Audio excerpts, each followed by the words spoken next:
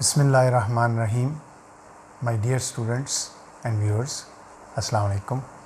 मैं हूं प्रोफेसर नसीर अहमद गाज़ी और आज मैं CSS से रिलेटेड एक बहुत इम्पॉर्टेंट टॉपिक पे लेक्चर अपना दूंगा और वो टॉपिक है कि how to prepare and attempt an essay paper.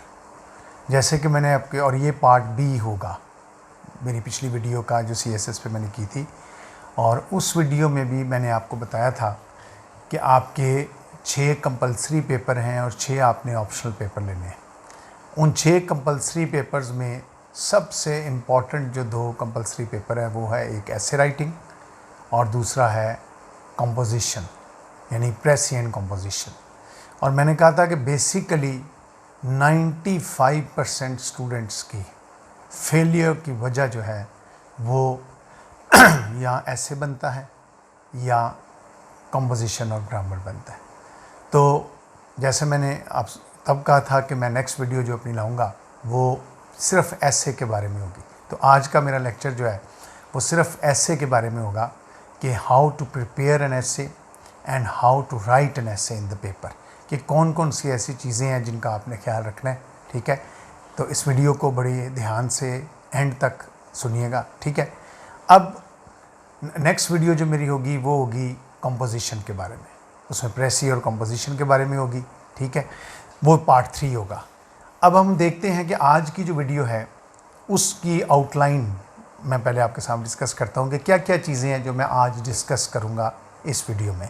तो सबसे पहली चीज़ तो होगी कि ऐसे है क्या, यानी ऐसे मतलब व्हेन वी से कि we are going to attempt an essay, तो व्हाट इज़ बेसिकली एन ऐसे।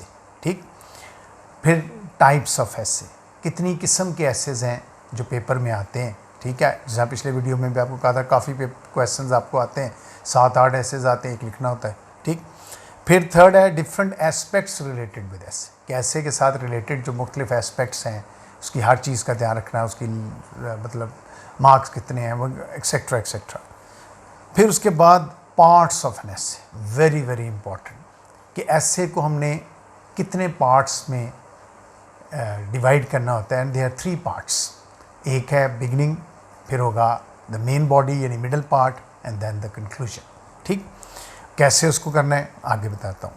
उसके बाद आ गया प्रेपरेशन, कि प्रिपेयर कहाँ से करना है, यानी मीन्स कि वो जो how to acquire that material, from where to acquire that material, फिर उस मटीरियल को कंपाइल कैसे करना है, सेव कैसे करना है, उसको लर्न कैसे करना है, सारी चीज़ें डिस्कस होंगी इसके अंदर, उसको कैसे मैनेज करना है। और लास्ट थिंग आज के लेक्चर की बच्चों होगी कि हाउ टू राइट एन ऐसे, उसकी टिप्स क्या होंगी कि ऐसे का प्रोसीजर क्या होना चाहिए, स्टेप्स क्या होने चाहिए, स्टेजेस क्या होने चाहिए, लेंथ कितनी होनी चाहिए, उसको कैसे 1 बाय 1 हम हैंडल करेंगे। सो बच्चों, ये तो एक शॉर्ट सी आउटलाइन थी कि these are the things that I am going to discuss today.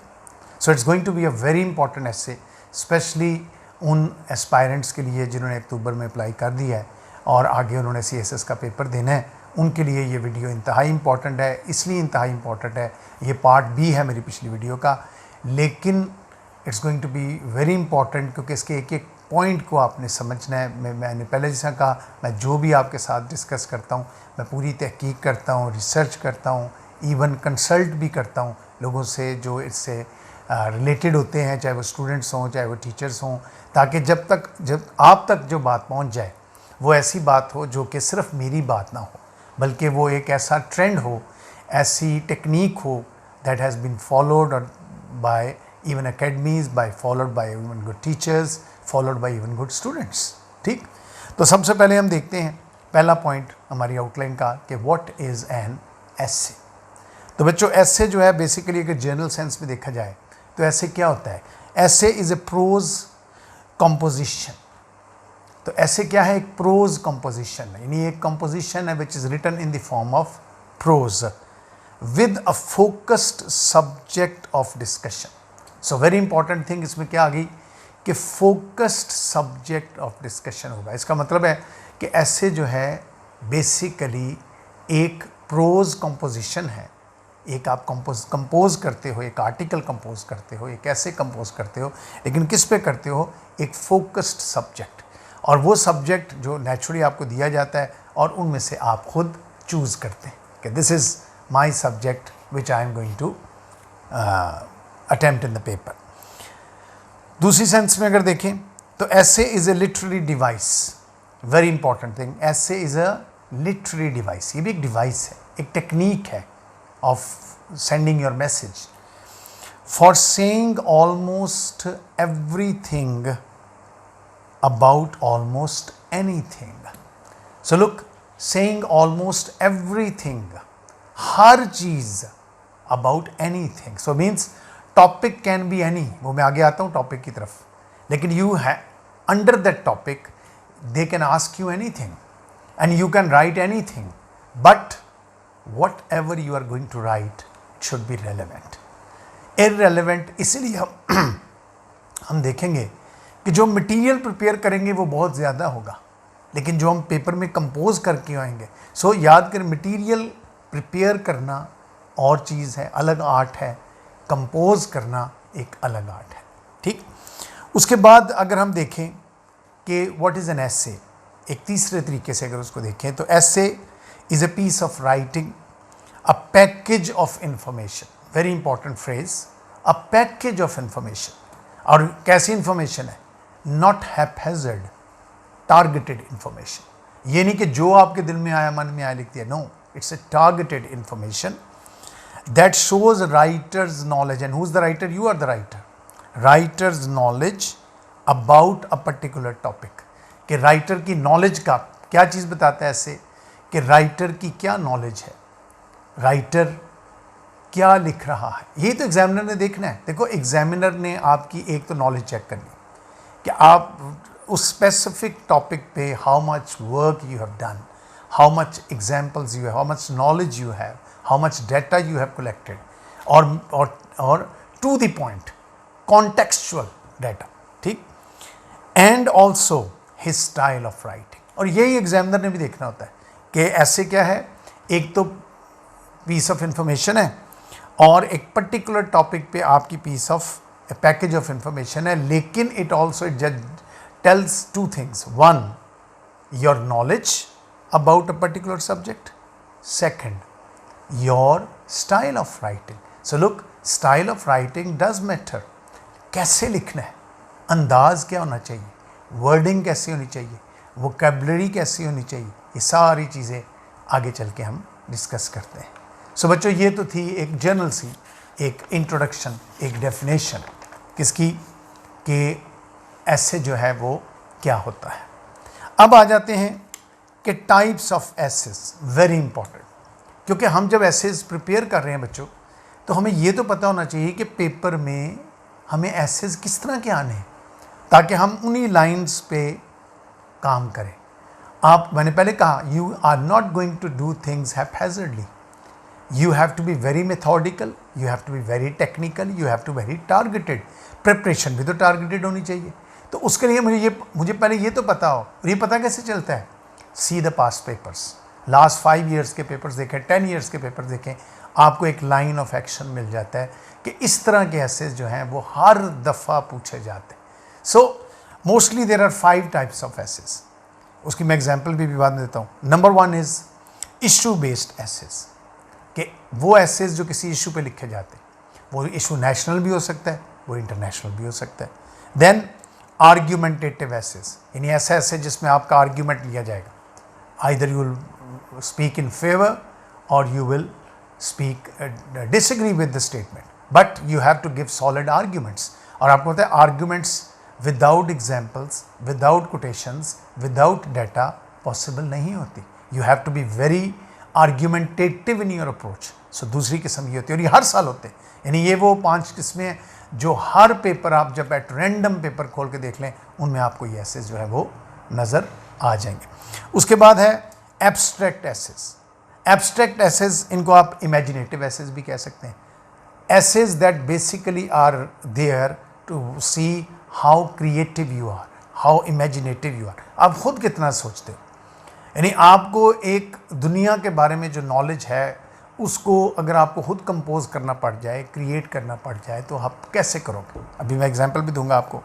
उसके बाद another very important type, analytical essays, where you have to analyze things, give your own opinion, चीज़ों को एनालाइज करना है, उसके प्रॉस एंड कॉन्स को देखना है और फिर अपना पॉइंट ऑफ व्यू आपने देना है। And finally is the literary essays, यानी एसेज जो लिटरेचर से रिलेटेड होते हैं, और वो स्टूडेंट्स जिन्होंने हम इंग्लिश किया हो उनके लिए बड़े बेनिफिशियल होते हैं, क्योंकि उन्होंने लिटरेचर पढ़ा होता है। 2 साल अगर उन्हें एमफिल किया हुआ है तो 4 साल उन्होंने लिटरेचर पढ़ा होता है, उनके लिए लिटरेचर पे कमांड होती है, नॉलेज होती है, they can write a lot about it. So ये बच्चों है कि एसेज जो हैं वो लिए। अब इनके मैं एग्जांपल्स आपके सामने 2-3 एग्जांपल्स देता हूँ कि सबसे पहले हम देखते हैं issue based essays.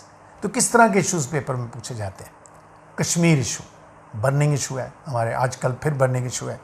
Economy, another burning issue, ये इश्यूज़ हैं। अब उसके ऊपर क्या पूछा जाना है ये एग्जामिनर को पता है। सो इट मीन्स आपने जब ऐसे तैयार करना है, आपने कश्मीर इशू पे करना है और उसका हर एस्पेक्ट डिस्कस तैयार करना है।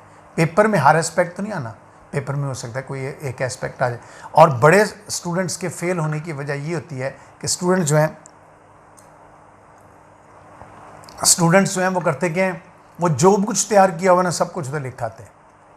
इस चीज़ पर तवज्जो नहीं देते कि जो पूछा गया है उससे रिलेटेड बात हो रही कि नहीं। नॉलेज जितना मर्जी गेन कर लें, वो भी मैं बताऊंगा आगे कि जब प्रिपरेशन करेंगे तो नॉलेज तो बहुत गेन करना है, लेकिन लिखना उतना है जितना रिक्वायर्ड है, according to the question, not what but how.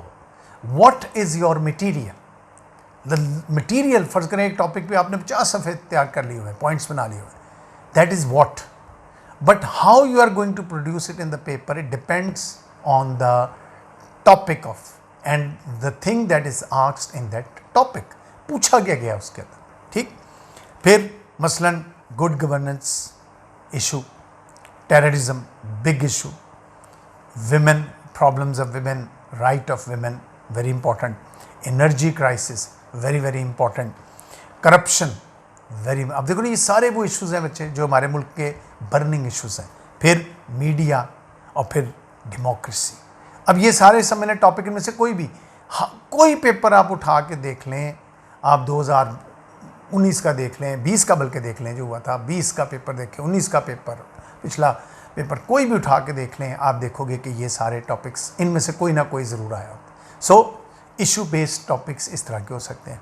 अब आ गया आर्ग्यूमेंटेटिव टॉपिक्स। कैसे आर्ग्यूमेंटेटिव टॉपिक्स, स्मॉल ऐसे स्मॉल हेडिंग की शक्ल में भी आ सकता है, ऐसे एक लॉन्ग सेंटेंस की शक्ल में। आर्ग्यूमेंटेटिव ऐसे जो होते हैं वो इस तरह लॉन्ग सेंटेंस एक स्टेटमेंट की शक्ल में आते हैं। मतलब मिसाल के तौर पे, should nuclear weapons be outlawed worldwide, क्या इन्हें आउटलॉ कर दिया जाए, ख़त्म कर दिया जाए पूरी दुनिया में, यानी दे शुडंट बी यूज्ड, यानी what is your opinion, give your argument, solid arguments. Should consumer buy items from the countries which endorse child labour, कि जो मुल्कों में चाइल्ड लेबर को एंडोर्स किया जाता है, फेवर किया जाता है, क्या उन मुल्कों की से हमें बाइकआउट करना चाहिए, चीज़ें लेनी चाहिए, अगर लेनी चाहिए तो क्यों लेनी चाहिए, और अगर नहीं लेनी चाहिए तो क्यों नहीं लेनी चाहिए, आर्गूमेंट, ठीक। यानी वहाँ आपने वकील बन जाना है, ठीक। Presence of women is the source of ills in the society और like an angel in the house. अब देखो ना दोनों एस्पेक्ट हैं, क्या वो इल्स की वजह है, खराबियों की वजह है, या वो एक एंजल है, फरिश्ता है घर में, उसका होना, ठीक। अगेन आर्ग्यूमेंट फेवर में, you can agree, you can disagree. Does foreign aid help to achieve economic stability, क्या ये जो फॉरेन एड हम लेते हैं IMF से या और वर्ल्ड बैंक से, दूसरों से, क्या ये हमारी इकोनॉमी को स्टेबिलिटी देने में मदद देती है। अब फिर you can speak in favor, you can go against it, you can speak on both points. So इस तरह के ऐसे, so ये argumentative essays की examples हो गई। उसके बाद हम आ जाते हैं abstract essays। abstract essays मसलन absolute power corrupts absolutely। आप देखो ना ये it's a phrase, it's a maxim, absolute power corrupts absolutely, इसके ऊपर आपने लिखना है, ठीक। brain like hearts go where they are appreciated, कि ब्रेन हार्ट्स की तरह वहाँ उस तरफ ज़्यादा जाती हैं जहाँ उनको अप्रिसिएशन मिलती है, इसके ऊपर लिखो। अभी एब्स्ट्रैक्ट है, सोचो क्या लिखे इसके ऊपर। एब्स्ट्रैक्ट एसेज मेरे नज़दीक इन 5 टाइप्स में सबसे मुश्किल, ठीक। Beggars can not be choosers, very important. ये तो आप कह लो एक इशू भी है और एक क्रिएटिव ऐसे भी, सो इस तरह के ऐसेज आ सकते हैं। Then fourth type analytical essays, again very close to argumentative essays. Feminism is not really a third world issue, कि फेमिनिज्म जो है सिर्फ तीसरी दुनिया का इशू नहीं है, सिर्फ गरीब ममालिक का इशू नहीं है। डिस्कस करो, फिर यहाँ देखो ना, इधर आप अपना पॉइंट ऑफ व्यू भी देंगे, अपना एनालिसिस देंगे about the females of the world everywhere, in developed countries, in underdeveloped countries, in all countries, ठीक, in superpowers as well. Advancement in science and technology is a gateway to economic prosperity of every country. बड़ा खूबसूरत topic है। ये सारे वो topics हैं जो मैं बोल रहा हूँ जो पेपर्स में आए हुए हैं, ठीक। फिर are modern wars holy wars, क्या जो आजकल जंगें हो रही हैं ये मुकद्दस जंगें हैं? क्या ये इस्लामी जंगें हैं? क्या ये क्रूसेड्स हैं? Argument, analysis. तो आर्ग्यूमेंटेटिव एसेज और analytical essays they are very close to each other. Then we come to literary essays. अब लिटरेचर का जो स्टूडेंट है बच्चों, उसके लिए ये एसेज मुश्किल नहीं होने चाहिए, because this is what he studies in literature. और वो क्या है कि literature and science, literature and society, literature and religion, ठीक। और literature is the lonely planet of an idealist. अब इनमें से कोई भी टॉपिक आ जाए, लिटरेचर एंड सोसाइटी आ जाए, लिटरेचर एंड रिलीजन आ जाए, इनका आपस में बड़ा गहरा ताल्लुक है। सो बच्चों, इस तरह के टॉपिक्स जो हैं वो आपको पेपर में पूछे जाते हैं और उनके ऊपर आपने लिखना होता है। So it's a variety. Up to date papers हर वक्त आपके पास होने चाहिए, उनमें देखें कौन किस तरह के एसेज आते हैं, कैसे इनको प्रिपेयर कैसे करना है, अटैम्प्ट है। वो दिए दो टारगेट है हमारे, how to prepare, how to attempt. Preparation, reception, attempt, production. Receive क्या क्या करने, प्रोड्यूस क्या कैसे करना। रिसेप्शन अच्छी होगी, प्रोडक्शन अच्छी होगी, ठीक। उसके बाद आ गया फ्यू एस्पेक्ट्स ऑफ ऐसे, कैसे के कुछ एस्पेक्ट्स इनका पता आपको होना चाहिए। पहली चीज़ तो ये कि 100 नंबर कैसे, अगर जो लिखा होता है कि यू कैन गेट 1 और 2 एसेज, लेकिन आता एक ही है, कई सालों से हम देख रहे हैं, तो इसलिए 100 मार्क्स कैसे होता है, ठीक है। एटलीस्ट 7 to 8 टॉपिक्स आपको दिए जाते हैं, जिसे मैंने अभी आपके सामने टॉपिक्स पढ़े हैं। ये सारे टॉपिक्स वो हैं जो पेपर्स में आए हुए हैं, तो ये टॉपिक्स आपको दिए जाते हैं, इनमें से आपने चूज़ करना है अपनी चॉइस का, वो भी बताऊंगा कैसे करना है। उसके बाद वाइड रेंज ऑफ टॉपिक्स, मैंने पहले कहा 6 to 7 टॉपिक्स आपको दिए जाते हैं। It should be of 15 to 20 pages. So इसका मतलब है अगर 15 to 20 पेजेस हमने लिखने हैं, if you go had and you have a lot of knowledge और आप बड़ा लॉजिकली लिख रहे हो और इससे ज़्यादा लिख रहे हो तो दैट इज़ बोनस। लेकिन 15 to 20 पेजेस, और मेरे नज़दीक मेरी ज़िंदगी का बच्चों तजर्बा है, एक बच्चा अपनी माइंड से सोच कर जब लिख रहा होता है फ्लो में, तो वो 5 मिनट्स में एक पेज लिख सकता है। तो अगर 5 मिनट में आप एक पेज लिख सकते हैं तो इसका मतलब है 6 मिनट लगा दें तो इसका मतलब है 60 मिनट्स में आप 10 पेजेस लिख सकते हैं।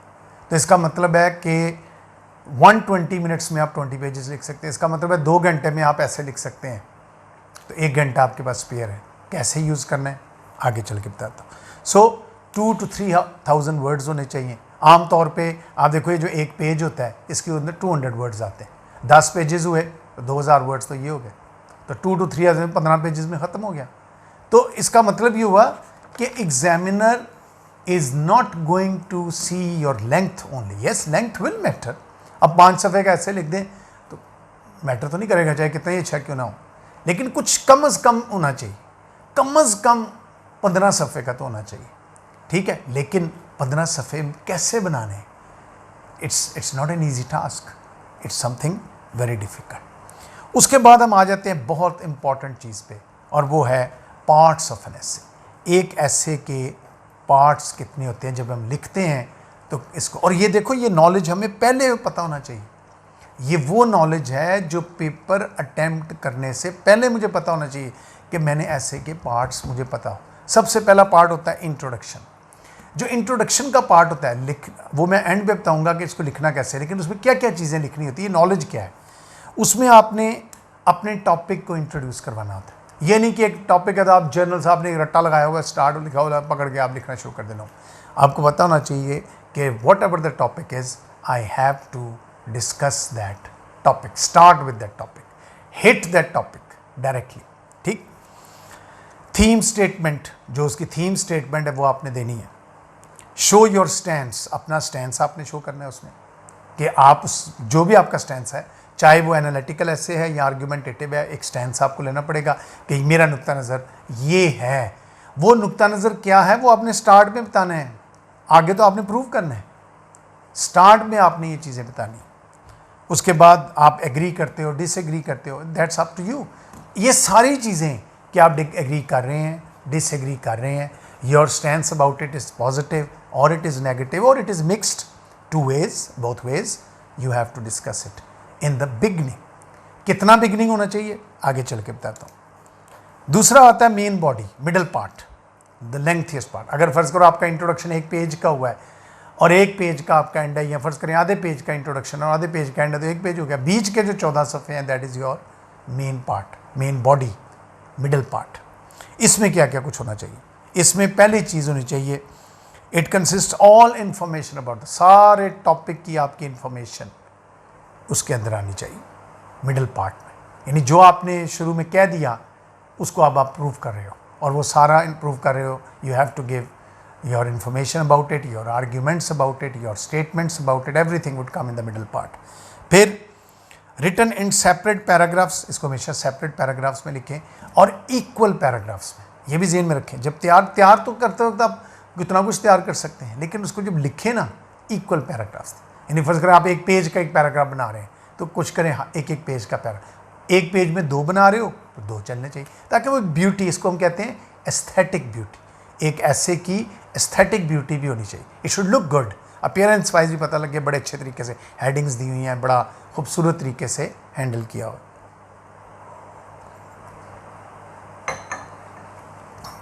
उसके बाद जो भी आपका इशू है उसके सिम्टम्स डिस्कस करें, इश्यूज़ कहाँ से रेज हुआ, क्यों हुआ, सारा कुछ जो है वो उसके अंदर आप पहले, क्योंकि जब तक आप इश्यूज़ नहीं डिस्कस करेंगे, सिम्टम्स नहीं बताएंगे, तो आप उसके आर्ग्यूमेंट्स नहीं दे सकते उसकी फेवर में या उसकी डिसफेवर में। उसके बाद एक it should be a case study, logical movement of arguments, ऐसे लगे जैसे एक केस आपके सामने पुट हुआ है और आप उसकी स्टडी है लॉजिकल आर्ग्यूमेंट्स के साथ। और लॉजिकल आर्ग्यूमेंट्स क्या होते हैं? Cause and effect, relation between cause, ये वर्ड याद रखना है, फ्रेज कॉज एंड इफेक्ट।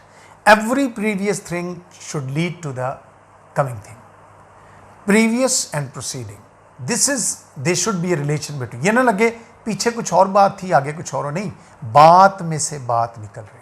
एक अच्छा स्पीकर जिस तरह बात में से बात निकाले, सुनने वाले को समझ आती। मैंने एक दिन आपके सामने पॉइंट्स बनाए हुए हैं, मैं उसको एक लॉजिकल, आप समझ लो ये जो मेरा लेक्चर है ये कैसे है, तो जिस तरह मैं ये लेक्चर आपके लिए प्रिपेयर किया, ये समझो ऐसे इसी तरह आपने तैयार करना, ठीक।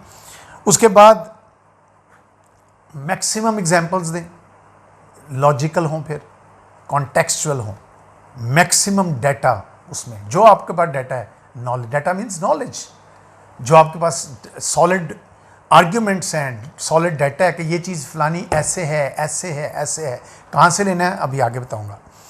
और राइट कोटेशंस वेयर नेसेसरी, जहाँ ज़रूरत पड़े, स्टार्ट में भी कोटेशन ज़रूर दें, एक बिगनिंग में एक होनी चाहिए, एंड में एक होनी चाहिए, मिडल में जहाँ आप समझें कि कोई ऐसा पॉइंट आप डिस्कस कर रहे हैं। ये एक बात याद रखें बच्चों, ये मैं लास्ट पॉइंट में बताऊंगा, लेकिन ये बात याद रखें कि जब एक पैराग्राफ में ऐसा, एक पैराग्राफ एक बात होनी चाहिए, एक पैराग्राफ में 2-3 बातें नहीं होनी चाहिए, ये खिचड़ी बन जाए, बैड इंप्रेशन, ठीक। उसके बाद आ जाते हैं कंक्लूजन। कंक्लूजन जो है इट शुड बी को रिलेटेड विद योर बिगनिंग।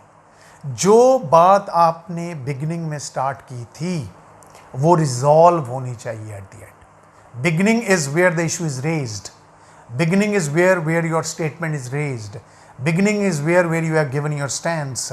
और एंड क्या है? एंड वो है जहां आपने अपने स्टैंड्स को जस्टिफाई कर दिया। सो इट शुड बी को रिलेटेड। कहता है ये वो है जिसके अंदर आप अपना क्या देंगे? फाइनल वर्डिक्ट देंगे। क्या देंगे? फाइनल वर्डिक्ट देंगे कि this is my final verdict. अब आगे बच्चों हम नेक्स्ट स्टेप पे, the 5th step. Total 6 steps हैं, 5th और 6th ये समझ लो, ये वो 2 चीज़ें हैं जिनके एक एक पॉइंट को आपने बड़ी तवज्जो से सुनना है, because this is the ultimate goal. तो फिफ्थ हमारा जो हेडिंग है कह लें वो क्या है कि प्रिपरेशन, कि prepare, how to prepare means उसके डिफरेंट स्टेजेस क्या होने चाहिए, डिफरेंट एस्पेक्ट्स क्या होने चाहिए, हाउ टू एक्वायर मटेरियल, यानी प्रिपरेशन में आपके जो जेन में जो बातें वो क्या कि मटेरियल कैसे हासिल करें, तो इसमें ये डिस्कस होगा। Then from where to read and what to read, ये सब कुछ किस में आएगा, प्रिपरेशन में। और देन अब अगर आपने रीड कर लिया है तो जो कुछ पढ़ा है क्या सब कुछ इंपॉर्टेंट है, no. Then how to compile, यानी इसको कंपाइल कैसे करना है और सेव कैसे करना है। ठीक, अब इसमें मुख्तलिफ स्टेप्स हैं, मुख्तलिफ बातें हैं जो आपने याद रखनी। ये है, फिर सुन लें, मटीरियल एक्वायर कैसे करना है, कहाँ से पढ़ना है, जितना पढ़ना है क्या सारे ही सेव कर लेना है, पहाड़ लगा लेने हैं, नो। इसका मतलब है क्या करना है, कैसे लेना है, कितना लेना है, कहाँ लिखना है, पॉइंट्स कैसे बनाने हैं। ठीक है, ये अब डिस्कशन सारी उससे रिलेटेड है। तो इसमें सबसे पहली चीज़ है कि it should be targeted preparation. जो मैं हर वीडियो में मेरा ये जुमला होता है कि प्रिपरेशन दुनिया में बच्चों होती ही वो है जो टारगेटेड हो। जो प्रिपरेशन टारगेटेड नहीं होती वो प्रिपरेशन ही नहीं होती, that is just a stupidity. Preparation is when you are doing everything with a solid target. आपको पता ही है मैं काम कर रहा हूँ, ठीक, आपको पता हो मैंने क्या पढ़ना है। ठीक, prepare as much material as you can on specific topic, यानी कोई भी स्पेसिफिक टॉपिक आपने एक टॉपिक पर ले लिया, पहले तो आप ये नहीं कि आप फिर वही no haphazard, first select a topic then start searching material. जितना मटीरियल आपको मिलता है आप उसको पढ़ें, और आप इतने देखो इस लेवल पे आप इतने समझदार होगे, प्लस आपको ऐसी बुक्स मिल जाएंगी, आपको ऐसी गाइडेंस मिल जाएगी, आपको टीचर्स मिल जाएंगे, आपको एकेडमीज़ मिल जाएंगी, आपको वीडियोस मिल जाएंगी यूट्यूब पे जो आपको गाइड करेंगी कि इसमें से कैसे, जैसे मैं कर रहा हूँ।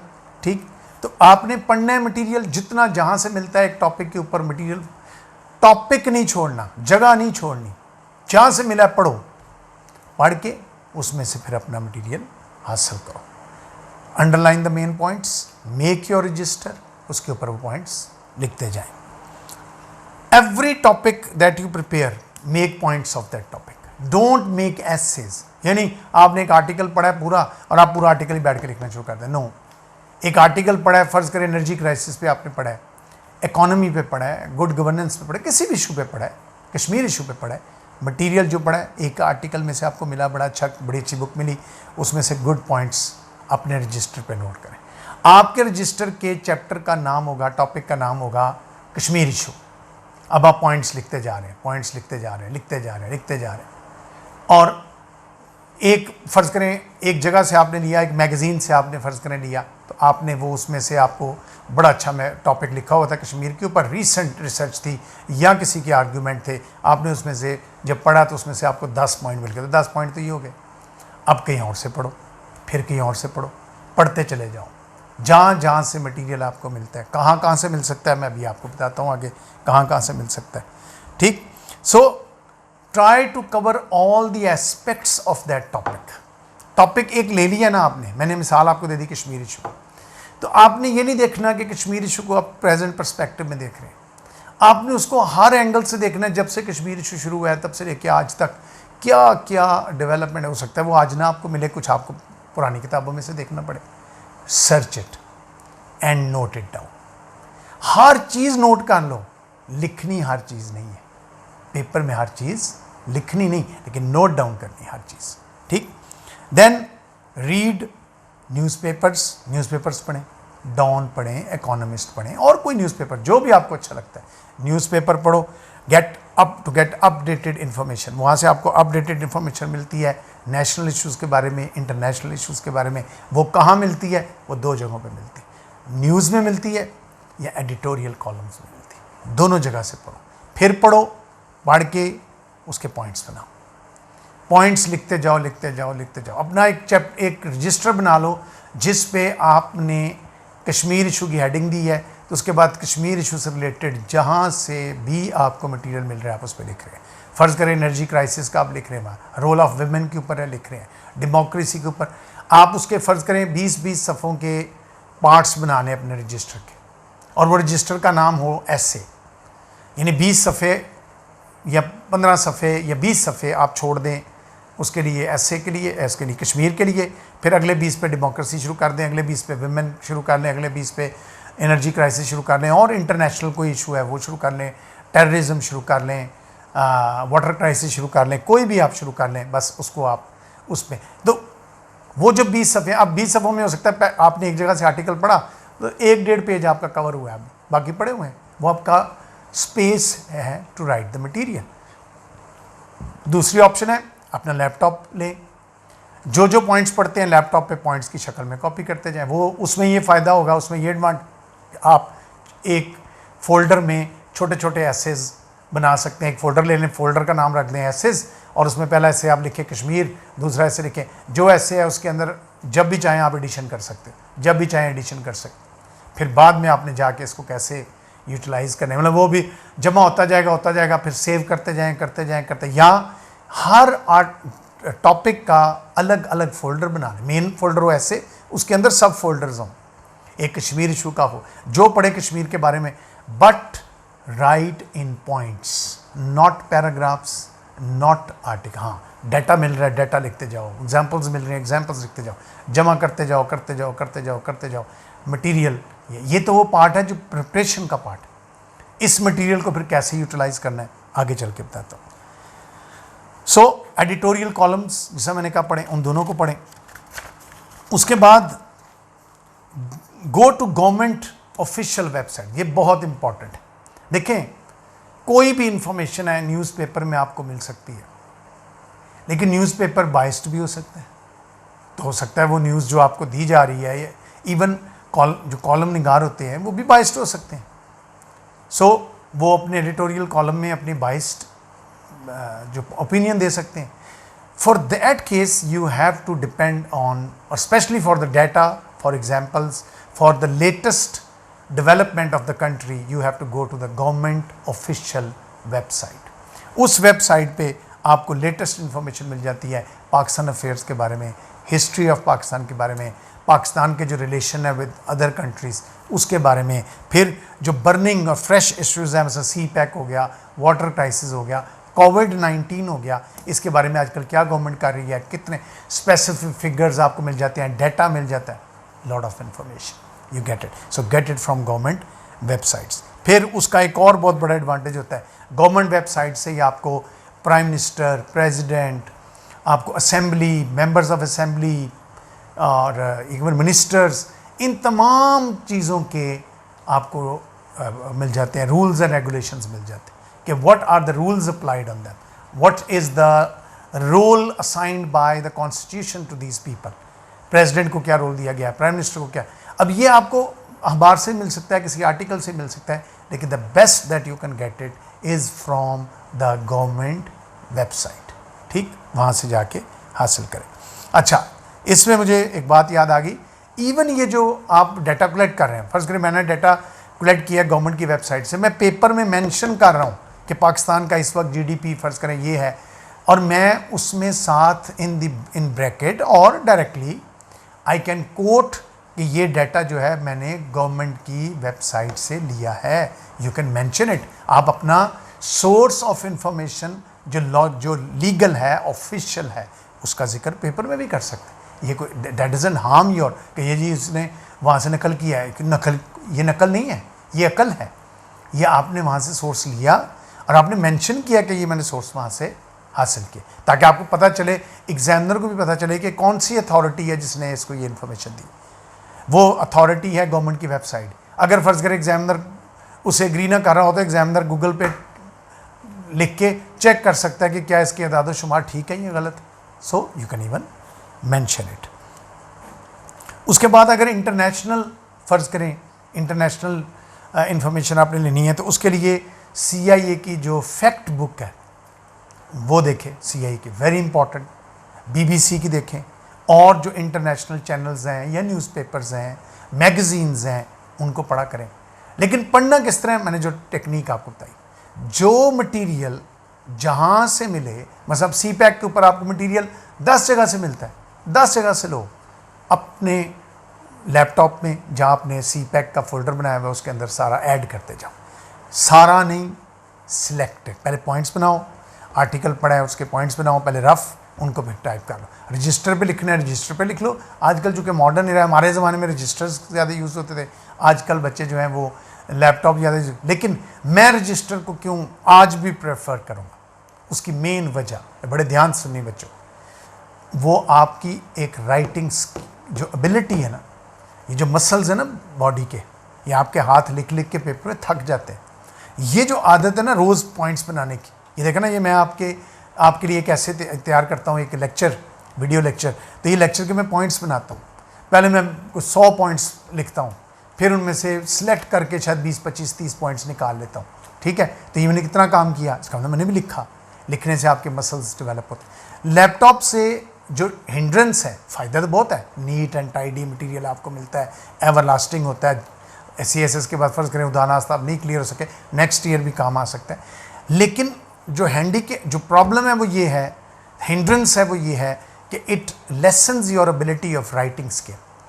लिखना है चूँकि पेपर में, तो why not write the points, ताकि मेरा हाथ, मेरे मसल्स यूज टू हो जाए।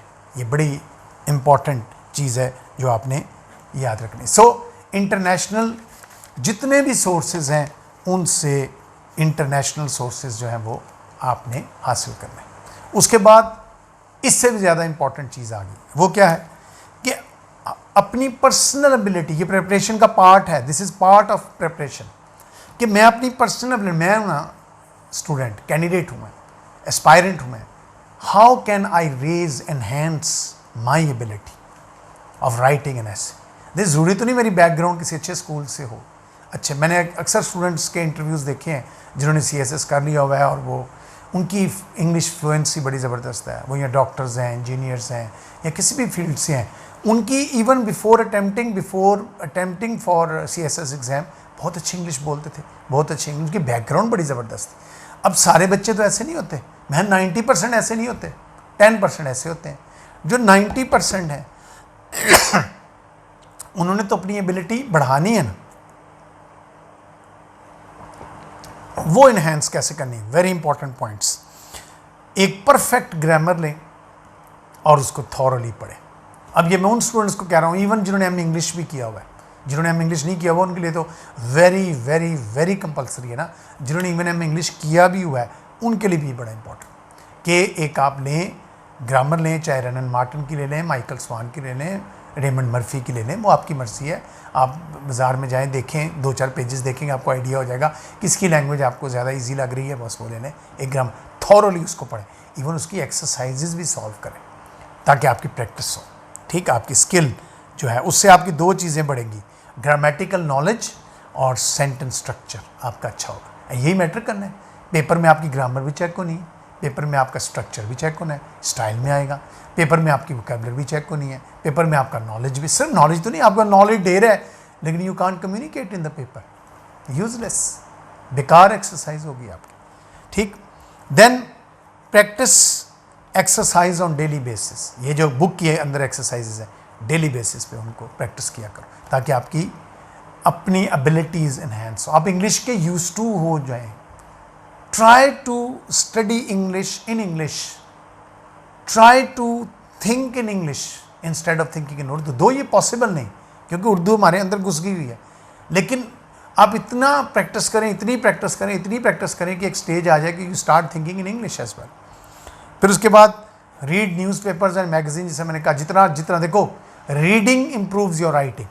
मैंने आपको शुरू के लेक्चर्स में कहा था एक में कि अल्लाह ताला ने 4 स्किल्स हमें दी हैं, 2 रिसेप्टिव स्किल्स हैं, 2 प्रोडक्टिव स्किल्स हैं। रिसेप्टिव स्किल्स हैं लिसनिंग और रीडिंग, और प्रोडक्टिव स्किल्स हैं राइटिंग एंड स्पीकिंग। ये जब तक आपकी रिसेप्शन ठीक नहीं होगी, प्रोडक्शन, ये preparation is your reception, attempting the question is your production. ठीक, फिर अपने न्यूज़पेपर्स पढ़ें और उनमें से मैंने पहले जहाँ कहा कि पॉइंट्स बनाएं, सिलेक्टिव पॉइंट्स बनाएं। और पॉइंट्स फिर मैंने कहा, मैं तो, मेरे अगर स्टूडेंट हो तो मैं उनको कहूँ रजिस्टर पे लिखें, लेकिन आपको दोनों ऑप्शंस दे दिए हैं, रजिस्टर पे नोट करें या कंप्यूटर पे करें, लेकिन रेलेवेंट, खिचड़ियाँ नहीं बनानी बच्चों। ठीक, उसके बाद कोई आर्टिकल आपने पढ़ा है मैगज़ीन में, उसको पढ़ के 2-3 दफ़ा पढ़ें उसको, पूरी तरह जब समझ आ जाए बंद कर दें। अगले दिन 2 दिन बाद उसी दिन उस आर्टिकल को बैठ के अपने वर्ड्स में लिखें। ये प्रैक्टिस जब होती शुरू हो जाए, 15 दिन गुजर जाएं प्रैक्टिस करते करते, फिर लिखें। लिख के और उस ओरिजिनल के साथ चेक करें वेयर डू आई स्टैंड, कितना फ़र्क है उसके लिखे में मेरे में, knowledge wise, vocabulary wise, style wise. और फिर जो भी मैं याद रखें, वोकैबलरी की इन्हेंसमेंट नेचुरली पढ़ने से आती है, लेकिन उसके अंदर भी टारगेटेड किस तरह होते हैं। आप जब पढ़ते हैं, एक मैगज़ीन पढ़ते हैं या न्यूज़ में, उसमें डिफ़िकल्ट वर्ड्स को अंडरलाइन करें और उन वर्ड्स को फिर पिक करके अपने रजिस्टर में एक अलग पेज बना लें, सेट ऑफ पेजेस बना लें, जिसका नाम रख दें वोकैबलरी एनहेंसमेंट। हर नया लफ्ज़ उसमें ऐड करते जाएं, उसका मीनिंग साथ लिखें और कोशिश करें उसको अपने किसी ना किसी प्रैक्टिस के इस्तेमाल में लाया जाए, बोल चाल में लाया जाए, कहीं ना कहीं यूज़ किया जाए। 2-3 दफ़ा यूज़ करोगे आपके अंदर घुस जाएगा, it would be a part of your conscious then. ठीक, उसके बाद इम्प्रूव योर क्रिएटिव राइटिंग। अब क्रिएटिव राइटिंग कैसे इम्प्रूव हो सकती है? कोई भी टॉपिक लें, ऐसा अननोन टॉपिक, किसी को कह दे दें, किसी दोस्त को कह दें, टीचर को कह दें। अगर आप ग्रुप डिस्कशन कर रहे हो तो आपस में ग्रुप्स मार लो, अच्छा भाई 3 टॉपिक रखें और वो पर्चियाँ डालें, चलो भाई एक टॉपिक तुम उठाओ, एक तुम उठाओ, एक मैं उठाता हूँ। जिस जिसके हिस्से में जो आए उसके ऊपर लिखेगा, कुछ तो लिखेगा, लिखें, टॉपिक्स लिखें। ठीक, उसके बाद अपने अंदर एक्वायर करें आर्ग्यूमेंटेटिव टेक्निक। आर्ग्यूमेंट, वकील बनने की कोशिश करें, आपको आर्ग्यूमेंट्स देने की। और ये पहले शुरू होती है, अगर आप ग्रुप्स में स्टडी कर रहे हैं तो ग्रुप डिस्कशन में आप अपने आर्ग्यूमेंट्स देते हैं, फेवर में, डिसफेवर में, you are against it, you are in favour of it, अपने आर्ग्यूमेंट्स दो। जो आप आर्ग्यूमेंट्स बोल सकते हो वो फिर आप लिख भी सकते हो। आपको आदत पड़ जाएगी किसी चीज़ की फेवर में कितनी देर तक आप बोल सकते हो, किसी अगेंस्ट कितनी देर तक बोल सकते हो। ठीक, फिर आपको ये कमांड होनी चाहिए प्रैक्टिस में कि कोई भी ऐसे जो हम लिख रहे हैं उसको स्टार्ट कैसे देना है, बिगनिंग, मिडल, एंड, ये कैसे होना है। देखो आपने सारी ज़िंदगी जो पढ़ा है, एमए इंग्लिश ही किया है, तो वहाँ भी तो आप क्वेश्चन करते थे ना, हर क्वेश्चन एक ऐसे ही तो था। 8-10 सफ़े तो तब भी लिखते थे, अब डबल करना है बस। 8-10 सफ़े का हमारा एमए इंग्लिश का स्टूडेंट 8-10 सफ़े लिखता है, तो 8-10 सफ़े का एक प्रॉपर बिगनिंग बनाता है, एक मिडल बनाता है, एंड बनाता है। और मैं अक्सर स्टूडेंट्स को कहता हूँ कि अगर इसमें कहीं कमी रह जाए तो वो आपको वजह उसकी बनती है आपका bad beginning and bad ending. कमी ये होती है। मिडल शायद इतनी तवज्जो से एग्जामिनर ना पढ़े, बिगनिंग और एंड ज़रूर पढ़ेगा। यह आम पेपरों की बात कर रहा हूँ, ऐसे की बात नहीं कर रहा हूँ। उसके बाद न्यूज़पेपर जब आप पढ़ें तो न्यूज़पेपर आपके विजन को ब्रॉडन करता है। हाईलाइटेड किस्म के इंपॉर्टेंट न्यूज़ होते हैं वो पढ़ें, उनको नोट करें। एडिटोरियल कॉलम जिससे मैंने कहा वो पढ़ें, उनमें पॉइंट्स को नोट करें।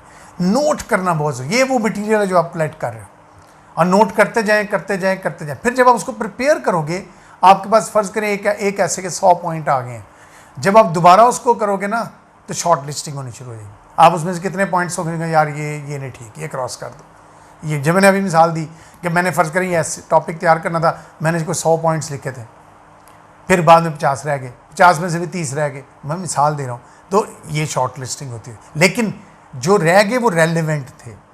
इसी तरह आपका भी होना चाहिए कि आप पॉइंट्स पहले सारे लिखें, फिर उनको उन्हीं को दोबारा जब आपने लिख लेना है। देखो ये लिखना और प्रिपेयर करना पैरेलल चलता है, उसमें फिर आप देखते हो कि यार इसमें कौन से, फिर उनके आप सब टॉपिक्स बना लेते हो, हेडिंग्स बना लेते हो। फ़र्ज़ करें एक इशू है, लेटेस्ट इशू है, तो लेटेस्ट इशू की हेडिंग्स अलग हो जाएं और ट्रेडिशनल जो है वो उसकी अलग हो जाए।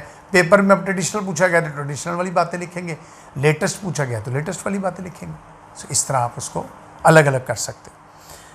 बड़ी इंपॉर्टेंट चीज़ ये है कि जब आप प्रिपरेशन कर रहे होते हो तो start practising by writing small short assess.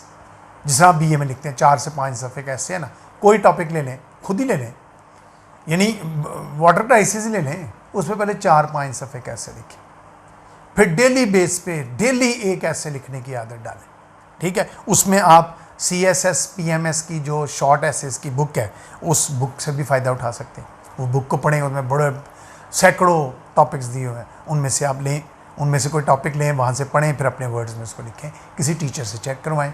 सो ये प्रैक्टिस जो है ना ऑफ राइटिंग शॉर्ट एसेस, 4 सफ़े से शुरू करो, हर हफ्ते एक पेज, हर हफ्ते, हर रोज़ नहीं कह रहा, 4-4 सफ़े का ऐसे हफ्ते बाद 5-5 सफ़े का हो जाए, 2 हफ्ते बाद 6-6 सफ़े का हो जाए, 3 हफ्ते बाद 7-7 सफ़े का हो जाए। यानी पहले हफ्ते 4, दूसरे हफ्ते 5, तीसरे हफ्ते 6, चौथे हफ्ते 7। साबित हुआ कि एक महीने में आप 4 पेजेस से 7 तक चलेंगे, दूसरे महीने में 7 से 11 तक चलेंगे, 10 तक चलेंगे, 7, 8, 9, 10, 8, 9, 10, 11, फिर उससे अगले हफ्ते में 12, 13, 14, 15 तक चलेंगे। ये आदत डालें अपनी, ये this is how you enhance, ये प्रैक्टिस है, this is part of preparation. कोई बच्चा भी पहले दिन बैठ के 20 नंबर का 20 पेजेस का नहीं लिख सकता, लेकिन स्लोली यू कैन इंक्रीज। जिस तरह हम देखो ना ट्रेनिंग करते हैं, वेट लिफ्टिंग करते हैं, जाके एक्सरसाइज करते हैं, प्रैक्टिस करते हैं, जो यंग जनरेशन है, तो जाके पहले दिन तो 60 किलो नहीं उठाना शुरू कर देते, पहले 20 किलो से शुरू करते हैं, फिर आहिस्ता आहिस्ता हफ्ते बाद 1-2 किलो बढ़ाया जाता है, बढ़ाता साल तक वो कहाँ पहुँच गए होते हैं। आपको मैंने पिछली वीडियो में कहा था 1 साल आपने पूरी प्रैक्टिस करनी है, तो जब आप साल में ऐसे को टाइम देंगे, कितने ऐसे प्रिपेयर होंगे और कितने, फिर आप एक ऐसे प्रिपेयर करें, मतलब कश्मीर इशू पे आपने किया, विमेन पे किया, विमेन के हर एस्पेक्ट पे, अपने किसी टीचर के पास जाएं, मेंटोर के पास जाएं, उन्हें जाके कहें सर विमेन के ऊपर मुझे कोई टॉपिक दे दें, या अप टू डेट पेपर्स देखें, उनमें से सिलेक्ट करें।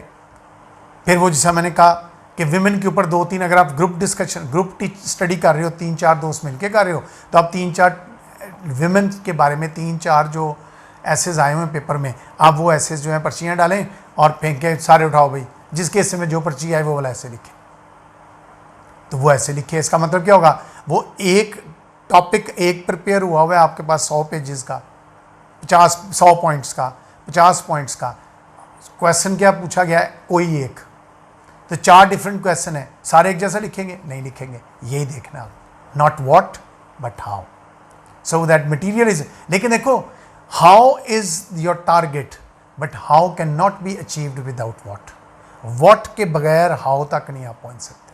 ठीक, उसके बाद जैसा मैंने कहा टीचर से ले लें, देखो 3 ऑप्शन है, टीचर से ले लो, अप टू डेट पेपर से ले लो, या दोस्त आपस में बैठ के एसेज में से निकालने टॉपिक और उनको बनाए, जिस तरह मर्जी। You need to have topics, get a topic from a teacher. अगर आप टीचर से, किसी स्पेशलाइज्ड टीचर से आप स्टडी कर रहे हैं, ठीक है, मैं तो वैसे प्रेफर करूंगा कि स्पेशलाइज्ड टीचर से ही स्टडी होनी चाहिए। अगर आप एकेडमी में कर रहे हैं, ठीक है, वेल एंड गुड, वहाँ भी स्पेशलाइज्ड टीचर होते हैं, इंग्लिश तो कोई स्पेशलिस्ट ही पढ़ाता है ना। स्पेशलाइज्ड टीचर के पास जाएंगे, उसके बाद बड़ी वैरायटी होगी ऑफ नॉलेज। उसको कहते हैं सर मैंने वाटर क्राइसिस के ऊपर प्रिपरेशन किया, मुझे कोई टॉपिक दें, वो टॉपिक आपको देगा, ठीक है, आप उसको, और वो आपको अच्छा अगर टीचर होगा, अच्छा कितने महीने हो गए, आप कहेंगे सर 3 महीने हो गए हैं तैयारी करते हो, कहते अच्छा अभी सिर्फ 10 सफ़े का लिखो। देखो 4 से स्टार्ट लेना है, 1 हफ्ते बाद 1 पेज बढ़ाना है, लेकिन 4 का मतलब ये है कि डेली 4 सफ़े का एक ऐसे और डिफरेंट टॉपिक। सोचो कितनी प्रैक्टिस होगी, 30 दिन में 30 ऐसे, 6 महीने में 180 ऐसे, और 180 ऐसे तक, पहला ऐसे लिखा था 4 सफ़े का, 180 ऐसे होगा 20 सफ़े का, खुद बहुत पता भी नहीं चलेगा, मसल्स भी स्ट्रांग हो जाएंगे, खुद बहुत लिखने शुरू कर देंगे, स्पॉन्टेनियस फ्लो आना शुरू हो जाएगा, क्योंकि नॉलेज डेली आप गेन कर रहे हैं। अखबार आपने डेली पढ़नी है, मैगजीन डेली पढ़ना है, गूगल डेली देखनी है, न्यूज़पेपर देखना है, इंटरनेशनल चैनल्स आपने देखने हैं, मटेरियल, वो देखो मटेरियल तो कलेक्ट हो रहा है, ये भी प्रेपरेशन का हिस्सा है। ये अभी आप ऐसे पेपर में तो लिख नहीं रहे, लेकिन पेपर में अब एक बच्चा जो है फ़र्ज़ करें 6 महीने मटीरियल इकट्ठा कर रहा है और कभी उसने ऐसे नहीं लिखा, पेपर में लिख लेगा? नहीं लिखेगा, और अगर लिखेगा 4-5 सफ़े लिख के उसके बाद थक जाएगा, समझ नहीं आएगी। और अगर वो प्रिपरेशन को टाइम दे रहा है साथ साथ, सबसे ज़्यादा मैंने पिछली वीडियो में भी कहा था कि आपने एक मेजर पेपर साथ लेके चलना होता है। फ़र्ज़ करो 3 घंटे उसको देने हैं, 4 देने हैं, उसके साथ फिर आपने ऑप्शनल पेपर चलता है। मेजर पेपर 2 ही है ना, ये सबसे बड़े, और इन दोनों में देखा जाए तो ऐसे सबसे बड़ा। ठीक, सो अपना एक रजिस्टर बनाएं, उसका नाम रख लें बेशक फैक्ट बुक, ये मेरा रजिस्टर है जिसमें पॉइंट्स मैंने कहा, मैं अपनी राय दूं, आपको हो सकता है दकियानुसी लगे, पुरानी आउटडेटेड लगे, but I am a staunch believer कि राइटिंग स्किल राइटिंग से इम्प्रूव होती है, कंप्यूटर से नहीं होती। कंप्यूटर से आपकी कंप्यूटर स्पीड बड़ी अच्छी डेवलप होगी, मटेरियल ईजी हो जाएगा, खूबसूरत भी लगेगा आपका, आप वो भी काम करें, लेकिन लिखें, पहले पॉइंट्स लिख लें, बाद में उनको कंप्यूटर पर चढ़ा लें, लिखे हो हाथ से। ये नहीं कि अंडरलाइन किए हुए हैं और कंप्यूटर पर डायरेक्ट जा रहे हैं, no, please don't do that will be a big hindrance in the paper. ठीक, उसके बाद आ गया जो ऐसे टॉपिक्स हैं प्रीवियस पेपर्स के, उनको लिखने की कोशिश करें। मैंने पहले बताया आपको कि उनको लिखने की कोशिश करें, उनमें से टॉपिक्स लें। और देखो ना, आपने 4 से शुरू किया और 15 तक पहुंचते हुए आपको 4 महीने लगे, क्योंकि 4 फिर 8 फिर 12 फिर 16 फिर 20, 5 महीनों के बाद आप 20 तक पहुंचे। 5 महीनों के बाद का ये काम है, 5 महीने तक ये काम नहीं करना। 5 महीने तक तो आपने रूटीन एसेस, डेली बेस पे एसेस टीचर से लेना है, बुक से लेना है, पास पेपर से भी लेना है, लेकिन लिखना उतना है जितना लेंथ स्पेसिफिक है। मटेरियल साथ कलेक्ट कर रहे हैं। 5 महीने आपने ये काम कर लिया। अब आपने अप टू डेट पेपर्स में से टॉपिक निकालने हैं। 2019 के फ़र्ज़ करें आपने 20 में पेपर देना है तो 19 के निकालें, 21 में देना है तो 20 वाले निकालो। देखो जो इनमें आए हुए हैं, 19 में आए हुए हैं, 18 में आए हुए हैं, इनमें से टॉपिक, अच्छा डेमोक्रेसी में से क्या क्या टॉपिक आए हुए हैं, 4 फ़र्ज़ करें 4 टॉपिक आए हुए हैं डेमोक्रेसी के, डिफरेंट, 4 सालों में 4 एसेज लिखे। पिछले 5 सालों के अगर फ़र्ज़ करो 8 एसेज हैं, ये 7 हैं, तो 5 सालों के कितने हो गए? 35 तो ना लिखें, लेकिन आपका जो टारगेट है, क्योंकि आपने हर किस्म का ऐसे तो प्रिपेयर नहीं करना। टारगेट अगर आपको पसंद है आर्ग्यूमेंटेटिव, एनालिटिकल, उन पे फोकस करें।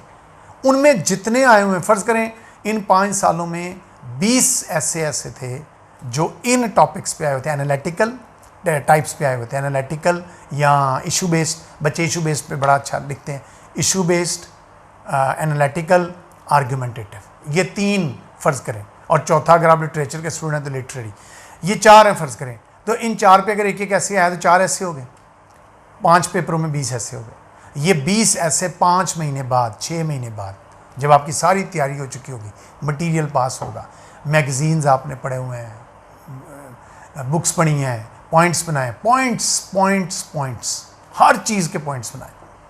इवन आप गूगल देख रहे हैं, गूगल में बहुत मटेरियल है, जो चीज़ नहीं मिलती गूगल से लो। फिर जैसा मैंने कहा, जहाँ से पढ़ें वोकेबलरी का अपना एक रजिस्टर पे वोकेबलरी का चैप्टर बनाएं, वोकेबलरी एनहेंसमेंट, हर रोज़ वर्ड ऐड करें और वो वर्ड्स फिर अपने एसेस में यूज़ करें। 6 महीने बाद जाके आपकी ये सिचुएशन होनी चाहिए कि अगर 4 ऐसे डेमोक्रेसी के ऊपर आए हुए हैं डिफरेंट 4 सालों में, 5 ऐसे, 5 आप एक एक करके लिखो। आर्ग्यूमेंटेटिव ऐसेज हैं, एक एक करके लिखो और टीचर को चेक कराओ। चेक ज़रूर करवाना, लिख के दोस्त को नहीं दे देना, टीचर, अथॉरिटी, स्पेशलिस्ट। ठीक, और ग्रुप्स, मैंने कहा ग्रुप्स में हो तो 4 ऐसे डेमोक्रेसी के हैं, 4 बांट लो, तो भी जो भी एक जिसकी किस्मत में एक आया। क्योंकि ये जो सडनली आपके सामने आता है, हो सकता है आपकी चॉइस का ना हो, तो पेपर में भी तो ऐसे हो सकता है। आपने डेमोक्रेसी तो बड़ी अच्छी तैयार की, बड़े पॉइंट्स लिए, आपने गवर्नमेंट की वेबसाइट से देखा, आपने बुक्स पढ़ी, आपने पता नहीं कहाँ से, मैंने पहले स्टार्ट में क्या कहा, मटीरियल जहाँ से मर्जी लें। ठीक, लेकिन search material from all possible sources. अब पॉसिबल सोर्सेज क्या हैं? Books, magazines, newspaper, news channels, internet, international channels, Google, Wikipedia, सब आपके क्या हैं? सोर्सेज। और गवर्नमेंट वेबसाइट्स, ये सारे आपके sources.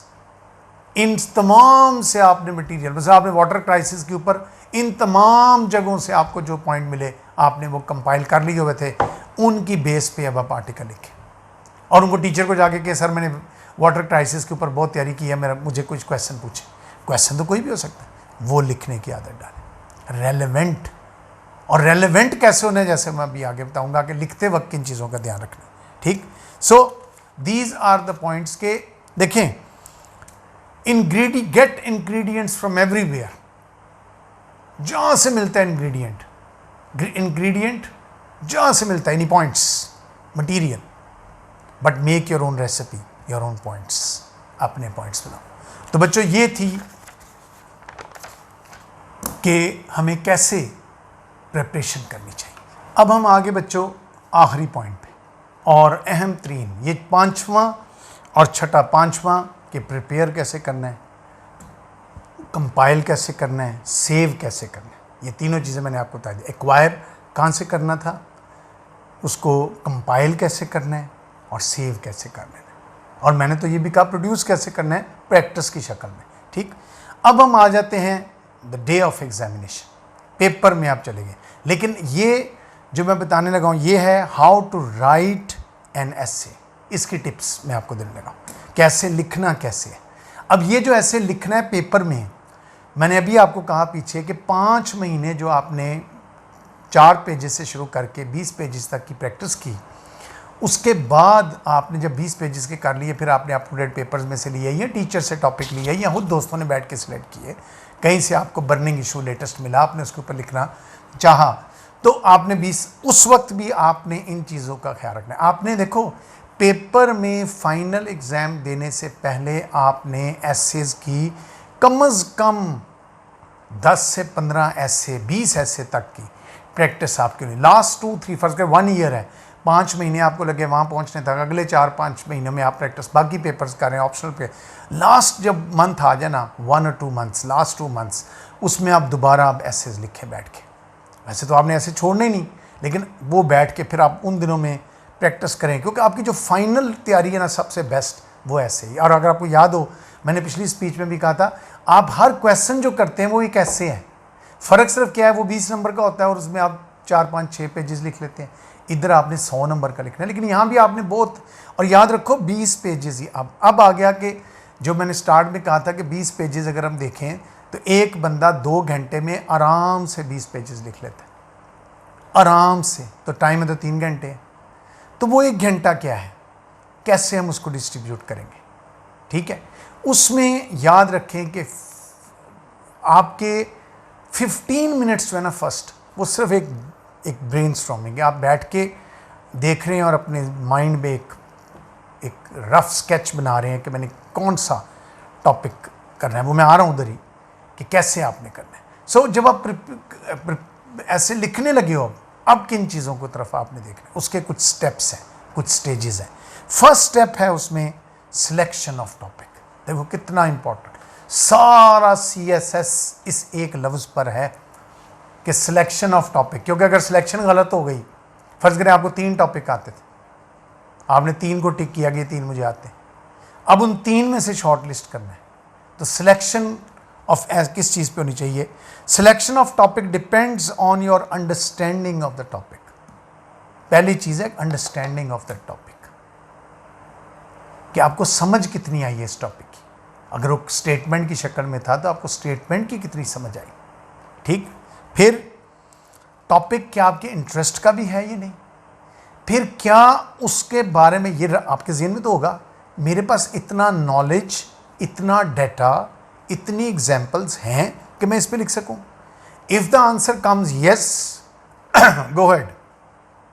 If the answer comes no, see the other one. So selection is the first step, पहला कदम है सिलेक्ट द राइट एसे। और राइट एसे वो है जिसको आप अंडरस्टैंड कर रहे हो, जिसका नॉलेज आपके पास है, आपने अपनी माइंड में चेक किया है कौन के है, आपके पास एग्जाम्पल्स हैं, आपके पास डाटा है, आपके पास इतना मटेरियल है कि जिसको आप बड़ी, क्योंकि प्रैक्टिस आपने की हुई है। विदाउट प्रैक्टिस जो जाएगा तो फेल होगा, आप प्रैक्टिस करके गए हो। इसलिए तो मैंने पिछली वीडियो में, अगर आपको याद हो, ये भी कहा था कि ऐसे एक ऐसा पेपर है जिसके बाद आधा हॉल खाली हो जाता है। अगर एक सेंटर में 400 बच्चा या 500 बच्चा पेपर दे रहे हैं, 1000 बच्चा दे रहा है, पहला पेपर ऐसे का होता है और कंपोजिशन का होता है, अगले दिन 1000 में से 250 रह गया होता है, 750 तो आते नहीं है। वो उधर से पता चल जाता है कि 750 को तो पहले ऐसे पेपर में समझ आ गई, हमने फेल हो जाना है, अब फ़ायदा क्या हमें आने का, क्या करेंगे। कुछ आते रहते हैं कि चलो ठीक है देखते हैं बाकी पेपर्स में क्या होता है, अपनी प्रैक्टिस चेक करने के लिए वो समझ लेते हैं कि हमने पास तो होना नहीं है, लेकिन हम एक प्रोसेस से तो गुजरे ना, ताकि हमें ये पता चले कि हम क्या लिखेंगे तो कितने नंबर मिलेंगे। सो ये तो मेरे नज़दीक हाइट है स्टुपिडिटी की, बच्चा पूरी CSS की तैयारी करे और पहले पेपर के बाद जाए ना। भाई तुम्हें जाना चाहिए, तुम सारे पेपर तो फेल हो जाओगे ना, पता है फेल होना है, फिर क्या हुआ, तुम्हें ये तो पता चलेगा कि मैंने फलाना पेपर दिया, पाकिस्तान स्टडीज़ का पेपर दिया था, इस पर इतने नंबर आए थे। तो कुछ चीज़ों का लॉस होगा तो कुछ चीज़ों का गेन होगा बच्चों। ठीक, सो दूसरी चीज़ है आउटलाइन बनाना। अब कुछ टीचर्स कहते हैं आउटलाइन बनाएं ना बनाएं कोई फ़र्क नहीं पड़ता, मैं ये सुजेस्ट करूँगा कि आउटलाइन बनानी चाहिए।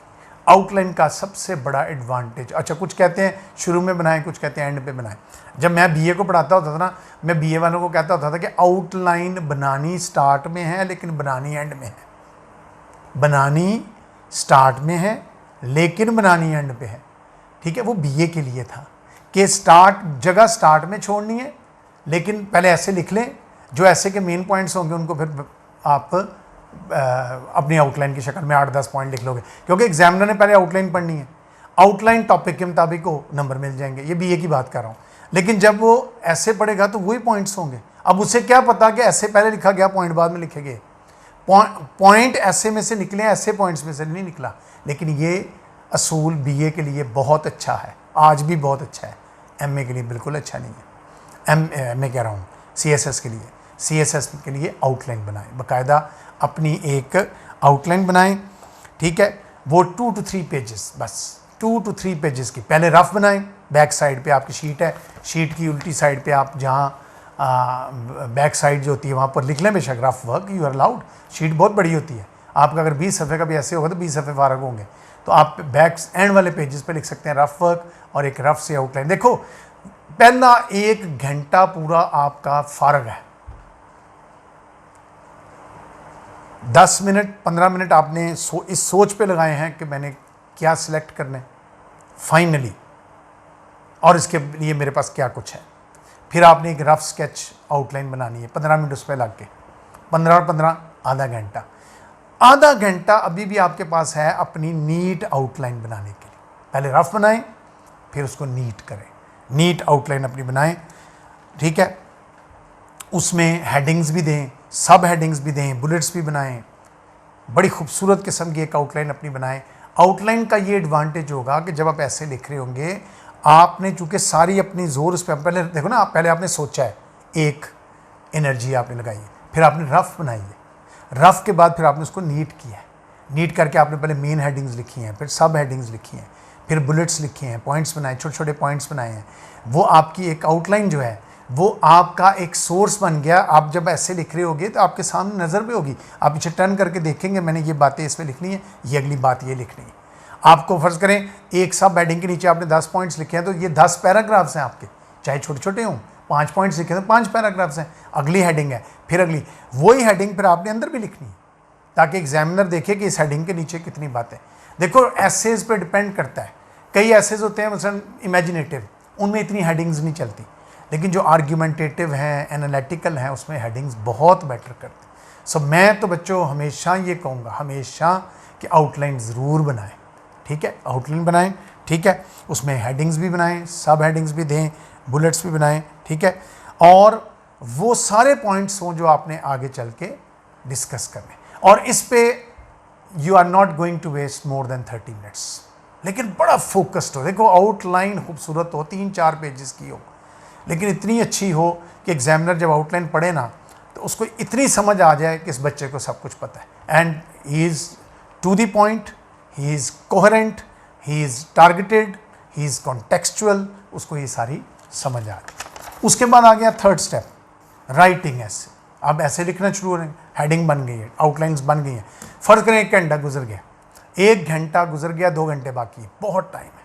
अब आपने लिखना ही लिखना है, क्योंकि अब आपको देखो, अब आपको सोचना नहीं पड़ना। आउटलाइन का ये एडवांटेज, जब आपने आउटलाइन का देखना, पहला पॉइंट ये डिस्कस करना है, मटेरियल तो आपके दिमाग में खचाखच भरा हुआ है, तो ये आउटलाइन का ये एडवांटेज होता है।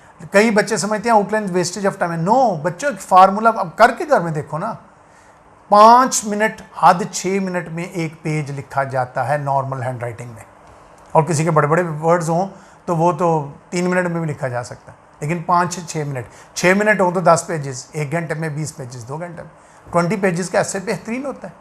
और 20 पेजेस हेडिंग्स वगैरह डाल के 25 हो जाती हैं। वैसे ही आपको तो हेडिंग के लिए पीछे भी जगह छोड़नी है, आपने आगे भी थोड़ी जगह छोड़नी है, वैसे भी एस्थेटिकली भी वो खूबसूरत लगता है। ठीक, सो स्टार्ट ऐसे। अब ऐसे की कौन कौन सी बातें, पहली चीज़ ऐसे में, तीसरा स्टेप है राइटिंग ऐसे। Start the essay with a very impressive but to the point introduction. फिर देखिए वही जो स्टार्ट में मैंने कहा, इंट्रोडक्शन वेरी वेरी इंपॉर्टेंट, बड़ा इंप्रेसिव हो, अच्छे अल्फाज का चुनाव हो, टारगेटेड हो, टू द पॉइंट हो। Be careful about use of language, it should be moderate and understandable. बहुत वर्बोजिक किस्म की, हैवी ड्यूटी किस्म की, एम्बेलिश्ड किस्म की लैंग्वेज, बड़े बारी बारी मिल्टन वाले अल्फाज यूज़ करके आप अपनी लैंग्वेज सत्यानाश नहीं करनी कि आप इररेलेवेंट। कई दफ़ा बच्चे क्या होते हैं, मुश्किल मुश्किल लफ्ज़ याद कर लेते हैं, लगा रहे होते हैं, वहाँ सूट नहीं कर रहा होता, इररेलेवेंट लगा देते हैं। So grammar, vocabulary, data, quotations, examples should be logical, authentic and impressive. So देखो, ग्रामर भी, वोकेबलरी भी, कोटेशंस भी, डाटा भी, एग्जाम्पल्स भी जो आप बीच में लिख रहे हो बड़ी ऑथेंटिक होनी चाहिए। सोच समझ के लिखो, फालतू बातें ना लिखो, इररेलेवेंट बातें। Don't write anything which is irrelevant. ना वर्बोजिक लैंग्वेज यूज़ करनी, बहुत हैवी ड्यूटी जी, बड़ा मुश्किल बनाना जी ऐसे। हाँ, लिटरेरी ऐसे है तो लिटरेरी स्टाइल आप यूज़ करो, आपकी मर्ज़ी है, लेकिन मॉडरेट, अंडरस्टैंडेबल लैंग्वेज हो, नीट हो, गुड लैंग्वेज हो और पढ़ने में अच्छी लगे। देखो 3 किस्म की लैंग्वेजेस होती है, एक होती है सिंपल, एक होती है लिटरेरी, एक होता है एम्बेलिश्ड। चलो literary language, literary language is between a very difficult language and a very easy language, दरमियान वाला आप कह लें, that is literary language. So you can use literary language. फिर हेडिंग्स और सब हेडिंग्स लिखने के, जब पैराग्राफ लिखते हैं जिसमें क्या बुलेट्स बनाएंगे, बुलेट्स का हर बुलेट का, हर पॉइंट का एक पैराग्राफ बनेगा। आपको पता है ये मैंने इस हेडिंग के नीचे 5 पॉइंट्स बनाए, तो 5, हर पॉइंट को डिटेल करनी है तो एक पैरा बनना है।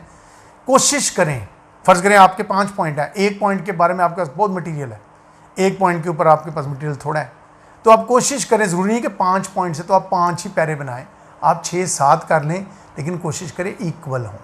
अगर एक बात बहुत लंबी होती है, आप समझते हैं कि या उसकी प्रेस ही बनाएं, मैं अगर हूँ तो मैं कहूँगा इसकी प्रेस ही बनाओ, लिखो इसको भी उतना ही जितना पिछले पॉइंट्स लिखे, क्योंकि ऐसे की एक, मैंने आपको कहा ना, एक सिस्टमैटिक, एक एस्थेटिक ब्यूटी भी जो है वो बड़ी मैटर करती है। ठीक, उसके बाद बड़ी इंपॉर्टेंट चीज़ आ गई कि once you have taken a stance, चाहे आपने पॉजिटिव ले लिया, नेगेटिव ले लिया, स्टिक टू दैट स्टैंस। अपने आर्गूमेंट्स जब लेके आगे चलते हैं, और वो स्टैंस आपने अपनी आउटलाइन में लिख दिया होगा। आउटलाइन का यही सबसे बड़ा एडवांटेज है। आउटलाइन समझ लो कि एक ऐसे की मिनी रिहर्सल हो जाती है, कि एक ऐसे जो लिखना है ना, अभी उसकी रिहर्सल हो रही है, किस्म की मिनी रिहर्सल। आप उसके आउटलाइंस बना रहे हो, वहीं आपने एग्री कर दिया, डिसएग्री कर, जो बच्चे की आउटलाइन अच्छी बन गई, आधा ऐसे उसका वैसे ही काम हो गया, क्योंकि उसने पढ़ना वहाँ से है, लिखना है आगे, तो अब से उसने नॉलेज अपना देना है, अपनी एग्जाम्पल्स देनी है। उसको अब ये नहीं सोचना पड़ेगा मैंने क्या लिखना है, उसको क्या मिल गया है, इसमें क्या लिखना है, एलेबोरेट क्या करना है, वो उसने सोचना है। ठीक, उसके बाद जब मैंने पहले कहा नो इररेलेवेंट मटीरियल, कई दफ़ा होता है, मैंने अभी पीछे का स्टूडेंट लंबा ऐसे करने के लिए फजूल डिटेल भी देना शुरू कर दे। डोंट डू इट बच्चों, उन्होंने इस तरह नापना नहीं है, नाप के फीते के साथ नंबर नहीं मिलने। Not what but how. He is going to check your knowledge, your way of handling, your structure making, your vocabulary, your style of writing, लेकिन हैंडलिंग ऑफ द टॉपिक, क्या टॉपिक लॉजिकली हैंडल हुआ है, ये चीज़ matter करनी, और यही उन्होंने देखनी। Give solid arguments of both sides. अगर आर्ग्यूमेंटेटिव ऐसे आप आर्ग्यू कर रहे हो, एक तरफ कर रहे हो, तो उसके अगर आप दोनों पॉइंट्स को डिस्कस कर रहे हो, देखो कई दफ़ा अपनी बात को मनवाने के लिए दूसरी बात का भी हवाला देना पड़ता है। मैं फेवर में हूँ, लेकिन मैं अगेंस्ट के बारे में तो बताऊँगा ना, कि अगेंस्ट करेंगे तो ये होगा, इसलिए मैं फेवर में हूँ कि ये होना चाहिए, कि अगर ऐसा करेंगे तो ये होगा, ये यानी अगर उसकी बात मानेंगे तो ये होगी, मेरी बात मानेंगे तो दोनों बातें आ गई ना। इस तरह लिखो। बड़ा इंपॉर्टेंट पॉइंट मैंने कहीं पढ़ा था कि मेक एन इन्वर्टेड पैरामिड। ये CSS का एक ऑफिसर था, उसने बड़ा खूबसूरत इसके ऊपर बना के ना, बोर्ड के ऊपर उसने लिखा इन्वर्टेड पैरामिड बनाए। पैरामिड समझते ना, ट्राइंगल, इन्वर्टेड, ऊपर से शुरू और नीचे एंड पे, यानी मीन्स आपने डिटेल से शुरू होना है और आपने ख़त्म करना है। यानी ऐसे जो है वो डिटेल है, लेकिन वो आहिस्ता आहिस्ता डिटेल सिमटती एक नुक्ते पे आके ख़त्म होनी है, और वो आपका कंक्लूजन होना है। सो याद रखें, आप कैसे लॉजिकली हैंडल हो, और ये सारा का सारा बच्चों डिपेंड करता है गुड आउटलाइन। सो अगर कोई टीचर आपको कहता है कि आउटलाइन मत बनाएं, इससे कोई फ़ायदा नहीं होता, ये वक्त ज़्यादा, बिल्कुल नहीं होता बच्चों। मेरे नज़दीक आप घर में प्रैक्टिस इस तरह करो ना, आपके पास 2 घंटे ऐसे लिखने के और 1 घंटा है ऐसे के बारे में सोचने का, रफ पॉइंट्स बनाने का और नीट आउटलाइन बनाने का। ये बच्चों काम ज़रूर करें, आपका ऐसे खुद बहुत अच्छा हो जाए, ठीक है। और जहाँ 20 सफ़र के होंगे ना 25 लिखे जाएंगे, क्यों? क्योंकि फ्लुएंसी आएगी। अब सोचना नहीं ना, अब तो पॉइंट मिल रहा है। और आप यकीन करो, देखिएगा जब आप ऐसे लिख रहे होंगे ना, ऐसे जब आप 15 सफ़े तक पहुँचे होंगे तो आप कई बातें देखेंगे, ये तो वाकई मैंने उस वक्त लिखा तो मेरे ज़हन में नहीं रही थी, ये तो बात मैंने बड़े अच्छे टाइम पे नोट कर ली थी। तो आपने वो हेडिंग्स नोट की हुई हैं, यानी मेन हेडिंग्स, सब हेडिंग्स, बुलेट्स, वो हेडिंग्स हैं, वो आपकी डायरेक्शन है। आपको डायरेक्शन मिल गई है कि मैंने इस डायरेक्शन को फॉलो करना है, ठीक। पैराग्राफ्स को भी जैसा मैंने पहले कहा कि yes you can make heading, लेकिन कोशिश करें हर पैराग्राफ की हेडिंग ना बनाएं, एक पॉइंट की हेडिंग बनाएं, उसके ऊपर फिर आप फर्ज करें आपने एक हेडिंग बनाई थी, उसके 4-5 पॉइंट्स थे रफ में, तो आउटलाइन में, तो वो 4-5 पॉइंट्स की दोबारा हेडिंग ना बनाएं, उन 4 पॉइंट्स को उस हेडिंग के नीचे लिखें, लेकिन अलग अलग पैराग्राफ। क्योंकि याद रखें, जब न्यू पैराग्राफ होगा, कोई भी एग्जामिनर हो, एग्जामिनर्स की भी 2 किस्में होती हैं, एक वो होते हैं जो एक लफ्ज़ पढ़ते हैं, एक होते हैं गो थ्रू करते हैं। गो थ्रू करने वाला भी जब नया पैरा शुरू होगा तो उसको देखेगा, वो भी देखेगा इसको किसने। सो याद रखो, मटेरियल 5-6 महीने लगा के तैयार कर लिया, लेकिन ये अब देखो ना, प्रोड्यूस अच्छा नहीं किया तो सारी मेहनत तो रहेगा गई। रिसेप्शन तो बहुत अच्छी थी, प्रोडक्शन अच्छी नहीं हुई अपनी गलतियों की वजह से। अब ये जो कुछ मैंने कहा पेपर में करना है, ये आपने पेपर से पहले आखिरी 2-3 महीने भी यही काम करना है। आपने कम से कम 15 से 20 एसेज डिफरेंट लिख के अपने मेंटोर को, टीचर को, एकेडमी है या आपकी स्पेशलिस्ट है, उसको आपने दिखाने। उसके बाद आ गया be systematic and logical in your sequence. इसका क्या मतलब हुआ? Systematic and logic in your sequence, यानी बात में से बात निकले, पता चले कि ये बात थी, इस बात में से ये बात आई, फिर अगली बात ये आई, अगली बात। आर्ग्यूमेंट्स यही होते हैं। आर्ग्यूमेंट्स में जो बात सबसे एंड पे करनी पहले कर देंगे तो फजूल हो गया, स्टेप बाय स्टेप। और ये फिर मैं कह रहा हूँ तब मुमकिन होगा अच्छी आउटलाइन बनाई होगी, अच्छी आउटलाइन तब मुमकिन होगी अच्छे रफ पॉइंट्स बनाए होंगे, अच्छे रफ पॉइंट्स तब मुमकिन होंगे अच्छी ब्रेनस्टॉर्मिंग की होगी, सोचा होगा ध्यान से। और वो कब होगा? जब पेपरों से पहले इन तमाम चीज़ों की जो मैंने अभी बताया, इसकी आपने एक्सरसाइज प्रैक्टिस की हो। एटलीस्ट 15 to 20 एसेज आपने कंप्लीट 20 यानी इस तरह लिख के दिखाए हों जिस तरह आपने फाइनल एग्ज़ाम में देना। मैं नहीं समझता कि कोई बच्चा जो है उसके बाद फेल हो। उसके बाद आखिरी चीज़ आई थी कंक्लूजन। आप जब कंक्लूड करते हैं कैसे को, तो आपका कंक्लूजन जो है वो 2 चीज़ों पर बेस्ड होना चाहिए। आपका बिगनिंग, जो बिगनिंग में आपने एक अपना स्टैंस दिया, पॉइंट ऑफ व्यू दिया, कॉन्सेप्ट दिया, थीमेटिक सेंटेंस दिया, स्टेटमेंट दी, उसके साथ को रिलेट करें। और नंबर 2, आपकी जो पिछली पूरी आर्ग्यूमेंट थी जो आपकी चलती आ रही थी, या एनालिसिस था, ज़रूरी नहीं आर्ग्यूमेंट होता है, एनालिसिस होता है, डिस्कशन होती है, उस डिस्कशन को जस्टिफाई करें इन अ फाइनल वर्डिक्ट। हम कहते हैं ये फाइनल वर्डिक्ट आपका, ये वो पैरामिड बना ना, इन्वर्टेड पैरामिड के वो नुक्ते पे आके अपनी बात को इस तरह कंक्लूड करें कि एग्जामिनर वाह वाह कर उठे कि वाह भी कैसा खूबसूरत अंदाज में बच्चा कहाँ से शुरू हुआ था और कितनी खूबसूरत से, with all logics, with arguments, with examples, with quotations, with data, ये वो। लेकिन बच्चों ये सारी चीज़ें तब पॉसिबल होती हैं अगर आपने पहले प्रैक्टिस की हो।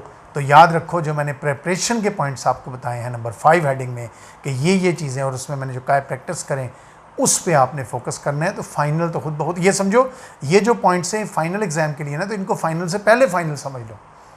जो फाइनल से फाइनल, देखो ना, टीम दूसरे मुल्कों में जाती है तो टेस्ट मैच शुरू होने से पहले 2-3 प्रैक्टिस मैच खेलते हैं, और खेलते उतने ही 4-4 दिन के या 5-5 दिन के हैं। प्रैक्टिस मैच क्यों खेलते हैं? ताकि थोड़ी रिदम आ जाए।